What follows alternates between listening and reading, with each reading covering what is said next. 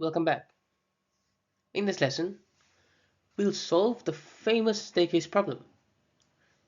Imagine you have a staircase with n steps and can climb either one step or two steps at a time.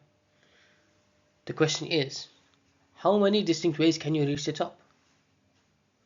This is a classic coding challenge that relates directly to the Fibonacci sequence, and we'll see why very soon.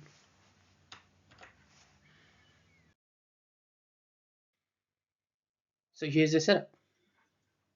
If the staircase has two steps, you can either go one step at a time or take a double step all at once. So there are two ways. With three steps, however, you can do all single steps. Start with a two step and then a single, or do it the other way around. That gives us three distinct ways. As you can see, the possibilities quickly add up as the staircases get taller.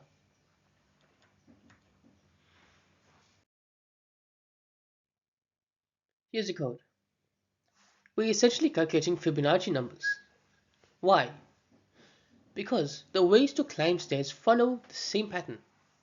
The number of ways to reach step n equals the ways to reach step n minus 1, plus the ways to reach step n minus 2.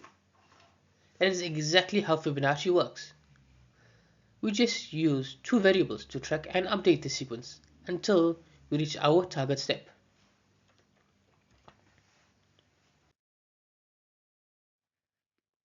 Let's break it down with n is equal to 3. We start with x being 0 and y being 1. Each loop we calculate the next Fibonacci number by adding them together. We then adjust x to keep track of the previous number. After looping 3 times, y becomes 3, which means there are 3 distinct ways to climb 3 steps.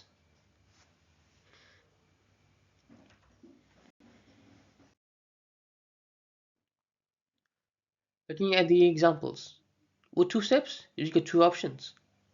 With 3 steps, there are 3 ways. And with 4 steps, the combination increases to 5 different paths.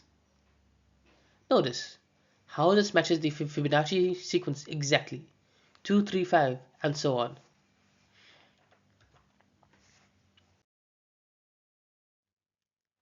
The staircase problem is a classic introduction to dynamic programming because it teaches us to build solutions step by step from smaller problems.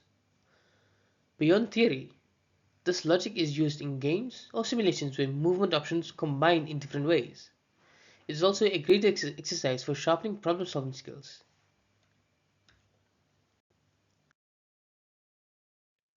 To wrap it up, the staircase climbing problem is solved by recognizing its Fibonacci pattern. Each step count depends on the previous two. With a simple loop in JavaScript, we can calculate the number of distinct ways to climb any staircase. This problem is a great way to practice both logic and efficiency in coding. Thank you for watching. If you enjoyed this video, please make sure to like, share and subscribe for more JavaScript tutorials. I'll see you in the next one.